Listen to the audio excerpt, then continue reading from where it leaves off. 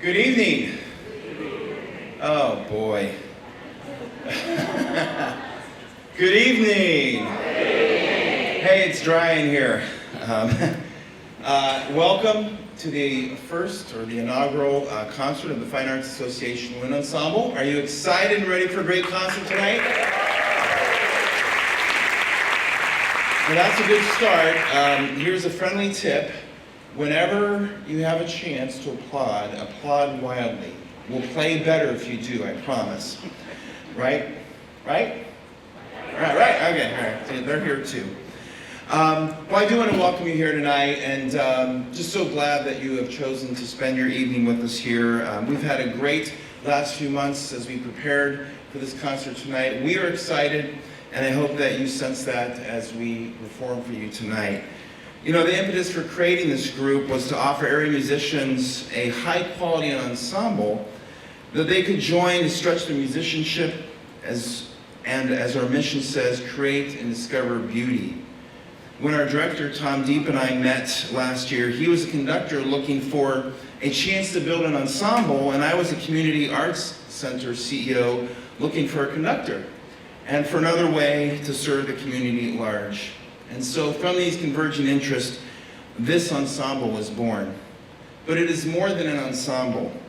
During our rehearsals, we've invited local band directors, a few who are here tonight, into our rehearsals to conduct us. And we've sent our director, Tom, into local schools to help support the great things going on in music education.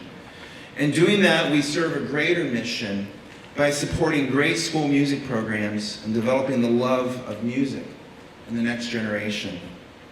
Tonight you'll be treated to a great selection of band standards and contemporary music brought to you by an eclectic group of musicians from Lake County and surrounding communities. We first met in mid-January and have been fortunate to rehearse here at Harvey High School as well as Riverside High School nearby. So we want to say thanks to each of our school partners, donors, musicians, supporting family members, many of you are here tonight, and Fine Arts Association staff for making this night possible. And thank you especially to Tom Deep, whose tireless work communicating, organizing, teaching, and inspiring us made this night possible for those of us lucky enough to perform for you this evening. For those of you who may not know, the Fine Arts Association is a school of fine arts. We offer classes in all artistic disciplines from music, theater, dance, visual arts, and creative arts therapies. So if there's someone in your life who likes to sing, or dance, or paint, or draw, or wants to learn to play a musical instrument, or even act on our stage, consider them signing up for a class. We also have 3 new facilities where you can take classes and lessons, one at Shore Cultural Center in Euclid, one here in Painesville, and in June at the Chardon Arts Center, which we're very excited about. Tonight we're able to bring you this concert for free due to the generosity of community members just like you. And if you'd like to help us continue our ensemble's growth and support our local music education, we encourage you to consider making a donation tonight through our donation box in the lobby or through our online giving platform that you can access through the QR code on your program. And for those of you who are not as technically savvy, that's that little crazy little squiggly box in the back, and you actually point your phone at it. It's I don't get it either, but it's there. So you're welcome to do that. Now would be a great time to silence your phones so that they don't disturb those around you or the performers on stage. But we do encourage you to take pictures, please no flash, and videos, and post it to your social media accounts, and remember to tag the Fine Arts Association. And now, the inaugural concert of the FAA Community Wind Ensemble, directed by Tom Deep. Thank you for coming.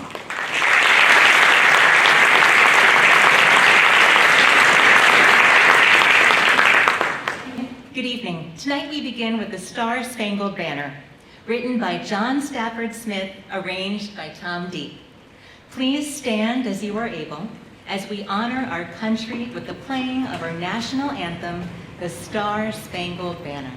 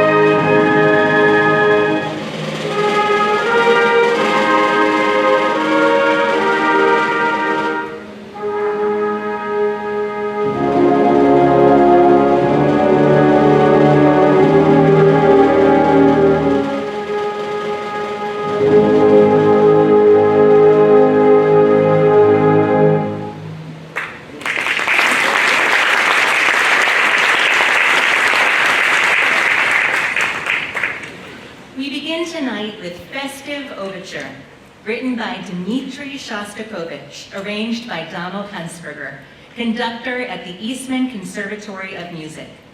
This is his Opus 96, composed in 1954. Commissioned for a celebration in the Bolshoi Theater. Shostakovich had 3 days to produce the piece. Within an hour, he was already producing score pages to be sent to the music copyists. Shostakovich described the work as just a short work, festive or celebrative in spirit. Russian musicologist Lebedinsky stated that the speed with which he wrote was truly astounding. Moreover, when he wrote like music, he was able to talk, make jokes, and compose simultaneously, like the legendary Mozart. He laughed and chuckled, and in the meanwhile, work was underway and the music was being written down. We hope you enjoy Festive Overture.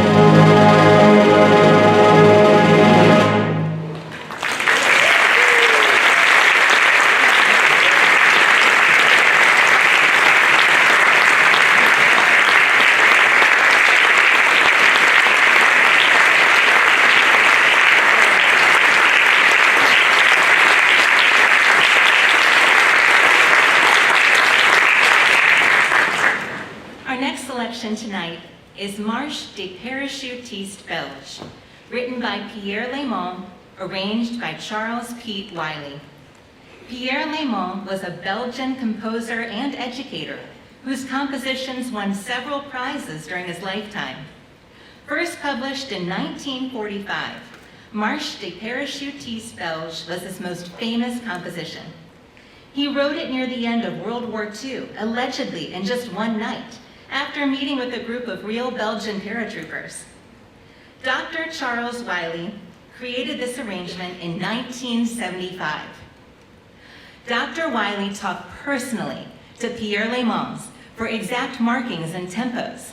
Thus, this arrangement adheres to the composer's original intent for the piece. It takes the form of a patrol, giving the impression of a passing parade band by beginning and ending softly. We hope you enjoy Marche des Parachutistes Belges.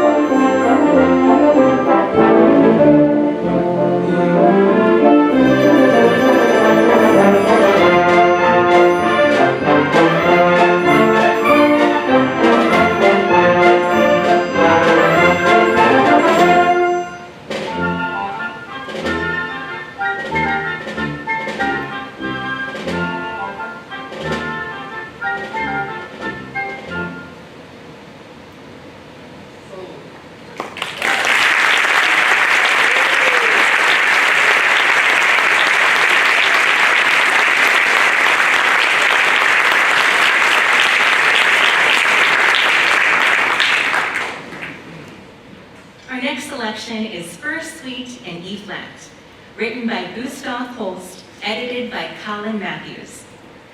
Holst's most famous composition is The Planets, written in 1913. His most famous works for band are his first and second suites for military band.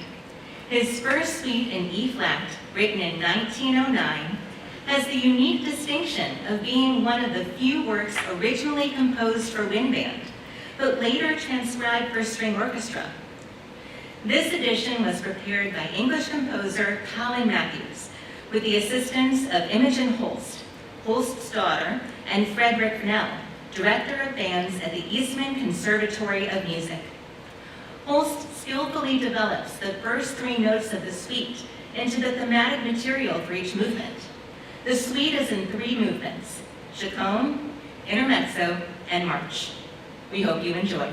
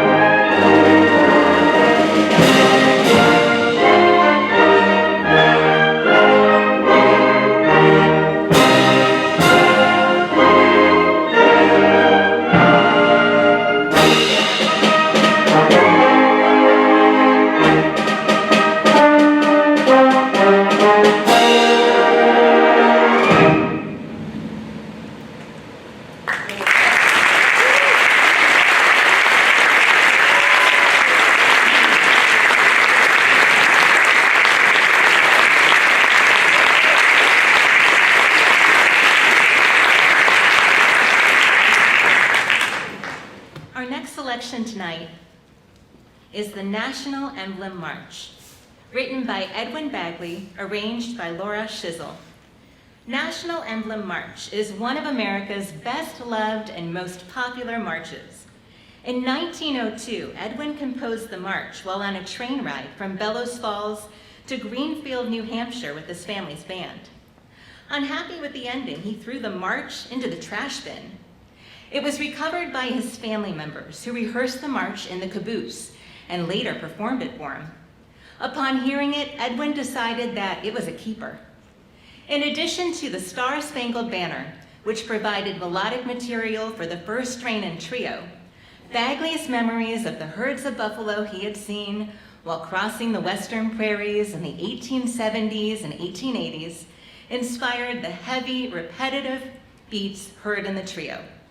Arranger Laura Schissel is the conductor of the Virginia Grand Military Band and musicologist for the Library of Congress. We hope you enjoy National Emblem March.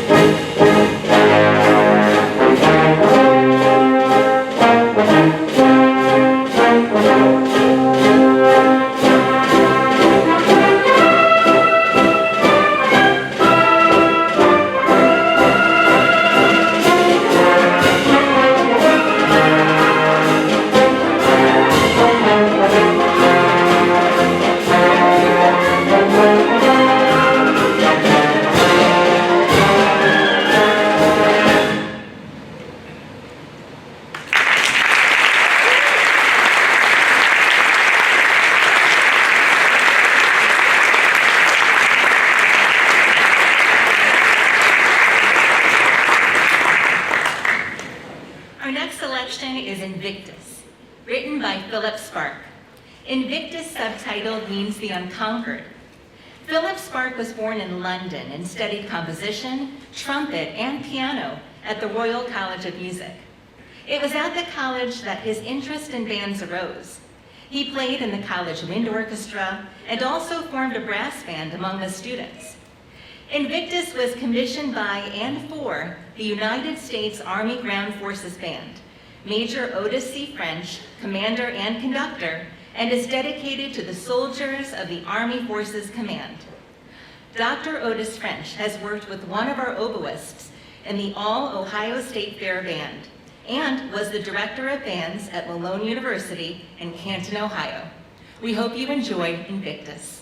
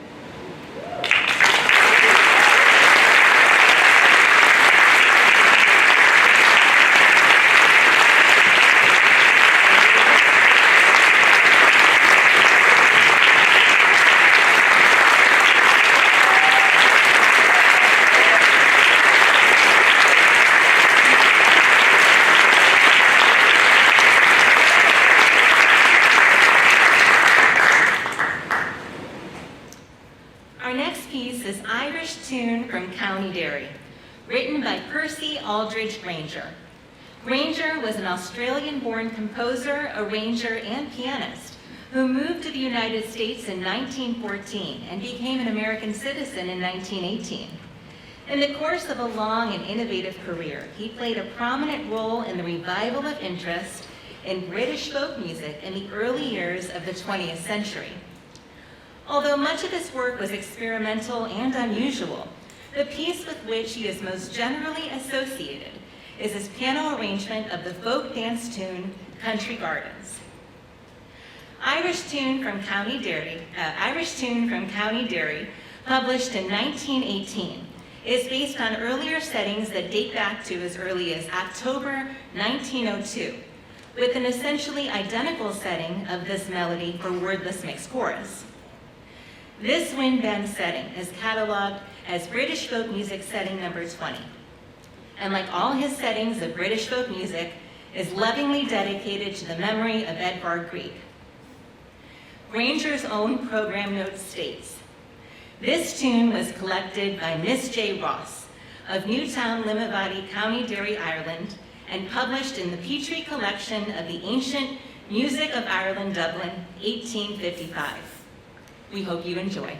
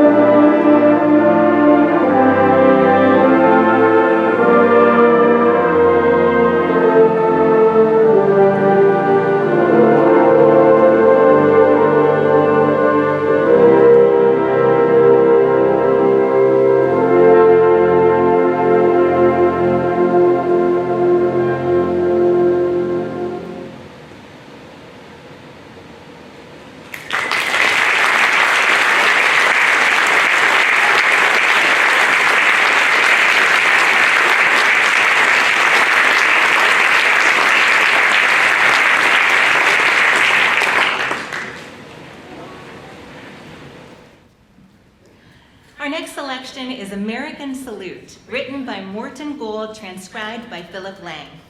In Morton Gould's own words, you might be interested to know that I wrote the salute overnight. It was for a government program, and we had to shape this up very quickly. I was on a very heavy schedule when I wrote it. I started at 6 p.m. on a Monday evening. I had copyists with me. I didn't finish it until about 2 or 3 in the morning, but the copyists kept copying it. It was on the stands the next morning for rehearsal, and it was broadcast that night. Transcriber Phillip Lang is credited for writing the orchestral arrangements for over 50 Broadway shows, including many landmark productions, such as Hello, Dolly, Mame, Annie, and 42nd Street in 1980. Together with Robert Russell Bennett, he orchestrated the record-breaking productions My Fair Lady and Camelot. The ensemble is dedicating this performance of Morton Gould's American Salute to Gail Stahlheim, retired band director, Mentor High School. We invite our guest bassoonist, Melanie Nichols, to join our bassoon section for this piece. Be sure to listen for the outstanding bassoon trio. The salute is composed of variations of the song, When Johnny Comes Marching Home. We hope you enjoy American Salute.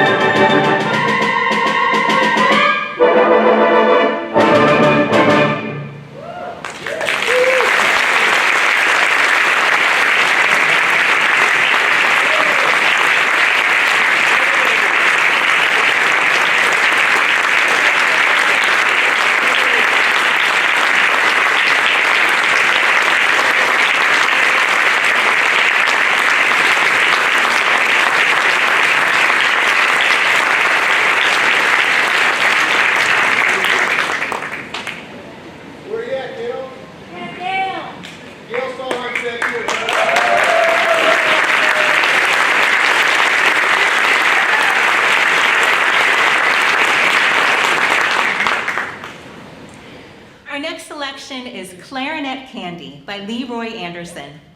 Leroy Anderson was an American composer of short, light concert pieces, many of which were introduced by the Boston Pops Orchestra under the director of Arthur Fiedler. Composer John Williams described Anderson as one of the great American masters of light orchestral music. In a 1962 interview, Anderson said, "In writing Clarinet Candy, I made full use of the clarinet technique. The clarinet is a very versatile instrument. It can do so many things.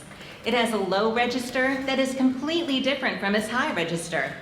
If you play a note in the low register and one in the high register, it sounds as though they were played by two entirely different instruments.